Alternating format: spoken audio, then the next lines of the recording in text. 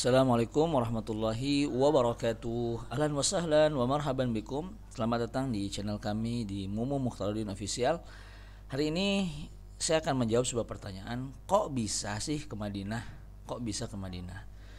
Kenapa orang berkata seperti ini? Karena mungkin sebagiannya menganggap bahwa ke Madinah itu adalah hal yang sangat susah atau hal yang sangat tidak mungkin bagi diri dia. Dan kenapa harus Madinah gitu? Kenapa enggak yang lainnya? Maka pada kesempatan kali ini kita akan bahas kenapa kita harus memilih Madinah Al-Munawwarah, atau lebih tepatnya kenapa harus belajar di Universitas Islam Madinah. Teman-teman sekalian yang dirahmati oleh Allah Subhanahu wa taala. Jadi begini, sejak saya masuk ke SMP itu background saya pribadi, keluarga tidak ada yang mengenal sunnah gitu. Dan kami juga masih awam, dan saya masuk ke sebuah pesantren di Cisaat, yaitu pesantren Al-Ma'tuq yang saat itu masih bernama Ma'hadul Ma'tuq lil Aitam. Jadi khusus untuk anak-anak yatim. Jadi di situ kita belajar, kemudian di situ juga kita dikumpulkan dengan teman-teman yang yatim yang lainnya. Dan pengalaman di situ luar biasa sekali. Mungkin nanti kita bisa buat satu momen khusus untuk mengenang kisah-kisah kecil saya dulu di Al-Ma'tuq. Luar biasa, banyak pelajaran juga yang bisa kita ambil di sana. Terlebih lagi untuk kawan-kawan santri yang mungkin gimana sih pesantren itu, gimana sih perjuangan di pesantren jauh dari orang tua itu. Mungkin nanti kita akan buat satu siaran khusus untuk membahas ini. Jadi saya masuk ke pesantren Al-Ma'tuq merupakan sebuah kenikmatan, karena di pesantren Al-Ma'tuq itu diajarkan tuh bahasa Inggris, ya, bahasa Arab, kemudian ilmu syar'i dan lain sebagainya. Dan pas masuk pertama kali itu ke Al-Ma'tuq, kebetulan saya waktu itu tubuh saya memang tinggi dibanding dengan teman-teman yang lain, ya, karena saya sudah pernah sekolah dulu di luar.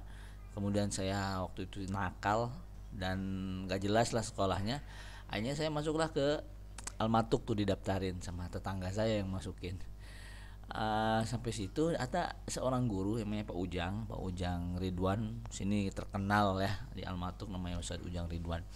Kemudian saya masuk, kemudian dia bilang begini, wah ini bagus sekali nih badannya, tinggi, bisa main basket ini, Insya Allah ini jadi penerus Ustadz Ade nih di Madinah. Ya kayak Ustadz Ade bisa sekolah di Madinah. Nah itu tuh yang pertama kali saya dengar tuh, bisa sekolah di Madinah. Nah akhirnya doktrin Madinah ini di pondok nih sangat kuat sekali. Kenapa? Karena teman-teman itu rata-rata menulis cita-citanya ingin sekolah ke Madinah. Ya maklum lah, kita datang dari kampung nggak tahu kan sekolah di mana. Itu yang dimasukkan ke dalam cita-cita kita oleh guru-guru kita tuh, sekolah di Madinah. Akhirnya kita tulis tuh di lemari, ingin sekolah di Madinah. Kalau ditanya apa cita-citamu, saya ingin sekolah di Madinah. Pokoknya itu cita-citanya.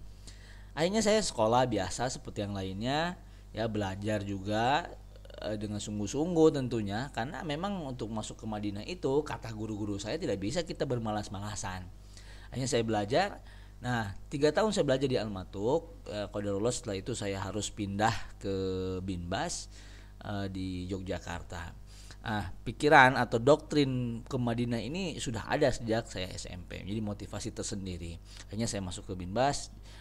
Di Islamic Center Binbas ini, ijazah yang diberikan oleh pesantren itu ada 2. Yang pertama ijazah negara, kemudian yang satunya lagi ijazah pesantren yang sudah terakreditasi dengan Universitas Islam Madinah.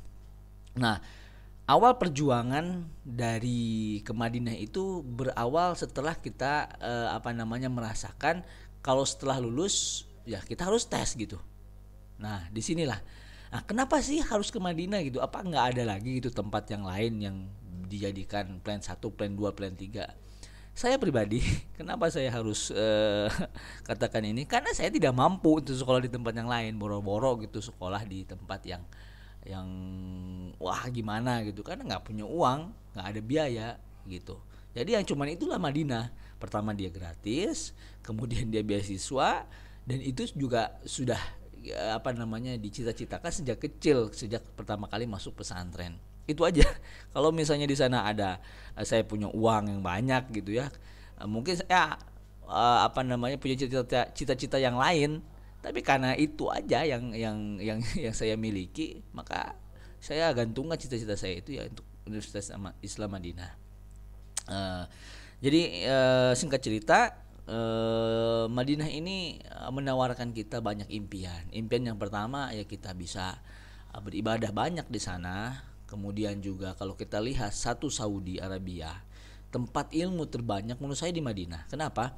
Karena di sana ya hampir tidak berhenti ya belajar mengajar, terutama di Masjid Nabawi dalam masalah agama. Kita mau pilih mana, ilmu apa saja ada di sana gitu. Masyayikhnya juga orang-orangnya insya Allah mereka adalah orang-orang yang thiqoh, orang-orang yang terpercaya dalam agamanya. Kemudian mereka juga orang-orang yang sangat luar biasa kemampuan dan kafaah ilmiah mereka gitu. Akhirnya itulah kenapa saya selalu berkata pada santri-santri saya di pesantren manapun, ketika mereka bertanya, Ustadz kenapa sih harus ke Madinah, kenapa nggak ke Umul Qura, kenapa nggak ke Qasim, saya berkatakan nggak apa-apa, antum punya cita-cita ke yang lainnya, tetapi jadikanlah Madinah nomor satu. Kenapa? Karena di sana banyak sekali faidah yang didapatkan. Salah satunya diantaranya adalah bukan salah satu diantaranya adalah di sana itu ya ilmunya banyak, kemudian buku-buku juga tersedia banyak ya. Perpustakaan atau yang jualan buku juga banyak sekali, sangat mudah didapatkan buku apa saja yang kita inginkan. Kemudian ulamanya, subhanallah, di mana-mana kita jumpai gitu. Sangat mudah, ada kajian Syekh Fulan, ada kajian Syekh Fulan. Jadi yang dulunya kita biasa dengar rekamannya aja, ketika di Madinah bisa kita tatap muka mereka. Bahkan suasana belajar itu sangat mendukung ya. Sangat mendukung sekali untuk belajar. Kemudian orang-orangnya juga baik-baik di Madinah itu. Ya orangnya baik-baik, kemudian enak gitu. Kehidupan di sana juga sangat ya, nyaman sekali. Itu sangat luar biasa. Kemudian belajar di Universitas Islam Madinah juga ada keuntungan yang lain. Di antaranya adalah kita itu bisa memiliki guru atau dosen, yang mana dosen ini tuh adalah para ulama yang betul-betul ulama gitu. Contoh misalnya ada yang sering kita dengar lah di Indonesia ya, Profesor Abdul Razak mengajar di sana. Kemudian ada Syekh Dr. Sulaiman Ruhaili, Syekh Ibrahim Ar-Ruhaili, kemudian banyak gitu. Kemudian juga Syekh Anis Thohir yang terkenal mungkin di Indonesia. Nah, kita tuh bisa berguru langsung dengan mereka. Belum lagi ulama-ulama yang lainnya yang mungkin di Indonesia nggak terkenal, tapi di Saudi terkenal. Nah, itu mengajar di situ gitu. Nah, jadi secara tidak langsung kita itu mengambil ilmu itu langsung dari sumbernya. Apalagi kota Madinah itu adalah kota yang dimana Nabi SAW tinggal di sana, kemudian sahabat tinggal di sana. Pokoknya kalau untuk ilmu itu tidak ada tandingannya lah kalau untuk di Madinah. Kemudian juga beasiswa yang diberikan di Universitas Islam Madinah ya sangat memungkinkan seseorang untuk lanjut ke S2 ya dengan mudah. Tentunya tidak harus mendaftar lagi 2 kali ya. Jadi kalau S1 langsung S2, tapi tentunya dengan tes ya. Tentunya dengan tes. Yang memiliki kemampuan seperti teman-teman saya sekarang yang masih di sana, wah luar biasa sekali mereka ya. Semoga Allah memberkahi ilmu mereka. Apalah saya yang ya, katakanlah butiran rinso di atas sabun seperti itu. Jadi teman-teman sekalian, kenapa bisa ke Madinah? Alasan yang ini sering ditanyakan, apa sih tipsnya kalau kita bisa ke Madinah? Menurut saya tidak ada yang lebih signifikan dari tips ke Madinah itu selain banyak ibadah. Kenapa tuh banyak ibadah? Banyak ibadah, jadi doa juga. Kemudian karena kalau misalnya kita katakanlah kepintaran, atau kita katakan misalnya dia adalah nilai, itu juga enggak lazim gitu. Banyak teman-teman nanti ada kisah yang luar biasa dari teman-teman yang saya pernah jumpai, bagaimana mereka itu bisa keterima, padahal kalau kita lihat dari nilai itu tidak tidak yakin deh kalau dia itu bisa ke sana gitu. Terus kalau misalnya bisa ke sana, apakah nilainya harus bagus gitu? Kalau saya katakan ya memang harus bagus untuk mengalahkan saingan-saingan. Bayangkan aja misalnya kalau sekarang di Indonesia yang daftar 6.000 lah misalnya. Nah itu yang keterima kan biasanya 1 tahun hanya 150, 170. Berarti kita harus bersaing dalam masalah kemampuan atau banyaknya hafalan dan sebagainya. Tetapi itu semua tidak bisa terwujud tanpa adanya diselingi dengan ibadah. Ya, ibadah itu misalnya ketaatan, kemudian juga banyak bersedekah, banyak minta doa orang tua, guru-guru. Itu sangat penting karena saya yakin yang datang ke Madinah, yang berangkat ke Madinah bukanlah orang yang biasa, melainkan para duyufur rahman, orang-orang yang Allah Subhanahu wa taala jadikan mereka tamunya. Ya. Jadi seperti itu. Jadi ini mukadimah kita. Nanti kita akan coba runtun perjalanan yang saya pernah lakukan. Mudah-mudahan ada sedikit hal yang dapat membuka pikiran teman-teman sekalian yang mau berangkat ke sana atau melanjutkan kuliah di sana. Ya, mudah-mudahan dengan adanya siaran seperti ini, saya nggak tahu nih apakah ini podcast atau saya kurang paham. Yang penting saya ingin coba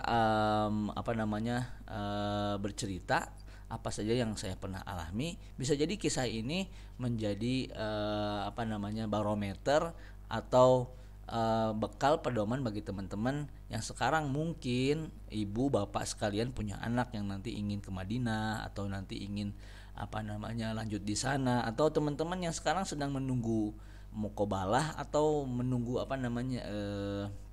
pengumuman diterima atau tidaknya. Jadi sahabat sekalian, tetap stay tune di channel kami. Kita akan lanjutkan kembali pembahasan kita setelah kita jeda sebentar, nanti kita akan lanjutkan lagi.